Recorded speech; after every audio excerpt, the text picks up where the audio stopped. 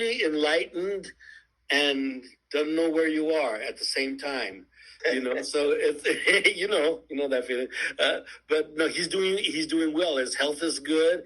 He's quarantining, and I see him maybe about once a week. We come by, and I'll drive by his house and do something, and he'll come by my house and do something. But he's gone through a lot of changes, man. Because he was a rock and roller from the beginning, blues player, a Chinese blues player from Canada in Calgary, so try to make it from there, but he was exactly the blues that you grew up with and all those things. And he's a really great guitar player. I mean, he was in the first mixed group signed by Motown. He wrote their hit song "Does Your Mama Know About Me," which is a big hit tune, still played, covered by the Supremes, Jermaine Jackson. Lowrider classic, bro. Yeah, go right up. That's what the Lowrider classic. That's what I'm thinking. Oh yeah, that one. What I'm thinking is what Dolores said to join and get organized, and it all comes down to helping each other, especially during this pandemic. This pandemic, if there's one thing that's going to come out from it, is that we need to help each other. Not depending on where our political voices are, or where we come from, or what the color of our skin is, or our religion, or anything. We need to help each other if we're going to defeat this. And from that process, I think we are going to learn something about giving and helping, and because we have to. Yeah, I think that's beautiful, Cheech.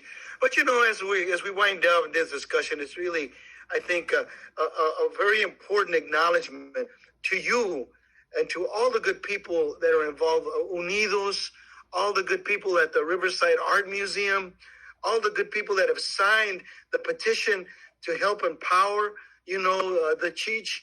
And at this point for you, I mean, working toward this next year, toward the opening, I mean, what is it that you would like to see this community do to be able to help uplift the Cheech, man? Come to the Cheech and see what is in there.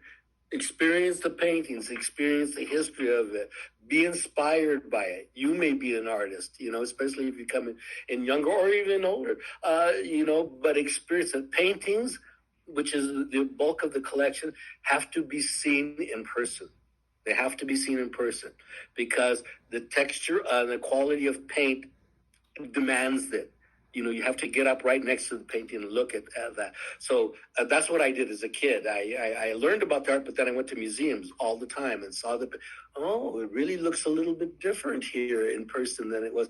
And then you get the vibe from the painting. They're alive. I'm telling you, I don't care if it's by Rembrandt or Da Vinci or Carlos Almaraz. Those paintings are alive.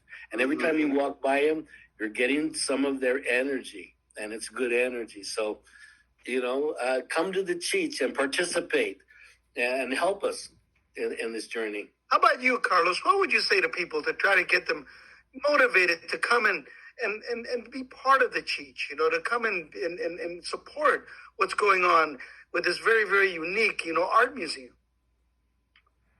Well, we say, may the heavens open up and the angels bless each and every one with the deep awareness of your own light. You cannot behave appropriately unless you perceive correctly. Once you perceive you are a beam of light, then you can make the change in this planet that is needed. But you need to believe, you need to own with every breath your own light. Sometimes people just give the light to somebody else, or Mother Teresa, or Jesus, or Virgen de Guadalupe. Own your own light. It's okay to say that. That's what shamans know.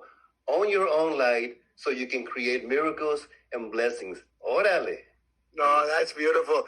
And Dolores, I am hoping that the Cheech will help to have the Dolores Huerta curated exhibit, because, so many artists.